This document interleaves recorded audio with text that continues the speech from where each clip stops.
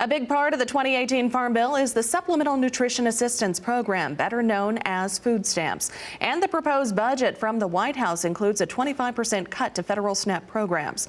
Though most lawmakers in both the House and the Senate say they're against such steep reductions. RFD-TV's D.C. Bureau Chief Sarah Mock joins us live in Washington, where a House subcommittee heard some important testimony on the program today. Sarah? Thanks, Janet. They did indeed. It was actually a very contentious issue this morning for the Nutrition Subcommittee. They were, of course, because it came on the heels of that announcement of a $10 billion cut to the ag budget for 2018, which isn't necessarily for SNAP, but definitely the implications in the language was that this was going to be very focused on SNAP and other nutrition programs, which was the subject of today's hearing. Now, Representative McGovern, who's the ranking member, says he thinks these cuts could sink the next farm bill, making it completely unpassable, which are not words that anybody was happy to hear, as you can imagine. McGovern also had addressed a key topic of the hearing in his opening statements, the status of the former food stamps program and how families use it. To help get people to be secure and have a job, and we're all for work. But understand one thing, 67% of the people on this program are not expected to work or cannot work. They're children, they're senior citizens, there are people who are disabled. Of those who can work, a majority work. And so let's get that on the record. The chairman of the committee himself backed up McGovern, confirming that there are almost no cases of fraud or misuse that have been detected in the food stamps program. The witnesses focused on poverty reduction. Work requirements for able-bodied adults to receive SNAP benefits has been a popular idea recently. Though the experts thought this idea could be effective, they focused more on job training and case management, saying that work requirements and inevitably kicking more people out of the SNAP program is likely to lead to more crime rather than more employment. An expert from the Catholic Relief Service talked about another issue with the current SNAP program for families. We are serving a single working mother with one child.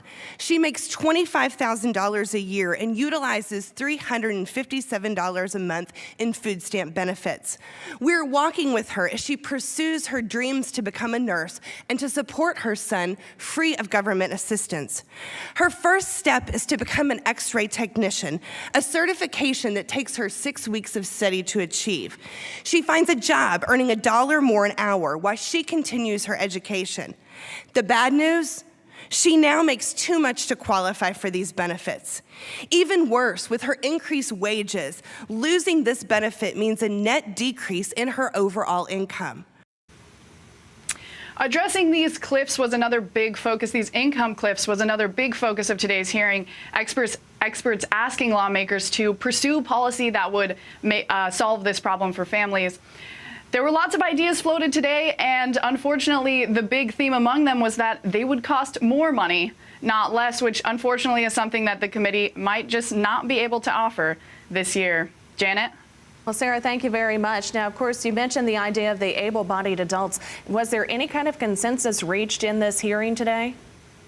You know, there really wasn't, which there was a couple reasons for that. I think the congresspeople talked a lot about, who the people who are in that able-bodied adult group are. It's a lot of veterans. It's people with mental health issues.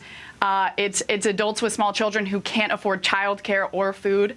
So, that it's a question of who is in that group and how many people are really, I think the consensus in the back of people's minds is that there's maybe millions of people out there who are maybe gaming this system, but I think that was kind of debunked at the hearing today, and most people talked about, real solutions for the reality of the program, which is that most people who get food stamps are really just struggling to get out of poverty. It certainly does make sense. Now, Sarah, you are doing a good job keeping your thumb on the pulse of what's taking place in Washington, D.C. It's only Tuesday. I'm sure you've got a busy week ahead. Yeah, we absolutely do.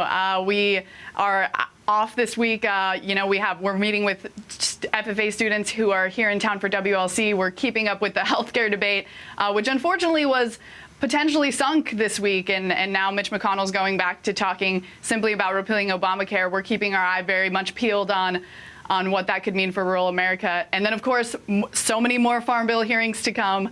And we're here sitting in on those every day to make sure that our viewers have what they need to make the important decisions.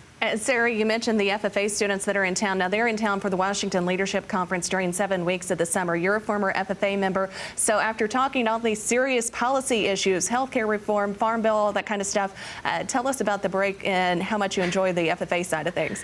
Yeah, absolutely. It's incredible to get to spend time with, after meeting with senators and representatives in the White House all during the week, we get to spend some time with FFA members who are here from all across the country and in most cases have pretty incredible stories of maybe their first time in D.C., everything from getting to visit the Library of Congress and the Capitol building and just being blown away by riding the Metro for the first time. And, I think my favorite part is definitely hearing all their stories about just getting to interact with people here in D.C., tell them about their blue corduroy jackets, and just kind of let people know a little bit more about agriculture and about what they're doing and about their own stories. And, it's the kind of thing that really gives you hope for the FFA program and for students, but also for just, building that understanding of what it is we do here, of agriculture and the role that policy plays and how important farmers are to the American way of life. Very true. Well, Sarah, thank you very much for letting us pick your brain and also for that update for us. Again, talking with our D.C. Bureau Chief, Sarah Mock from our Washington, D.C.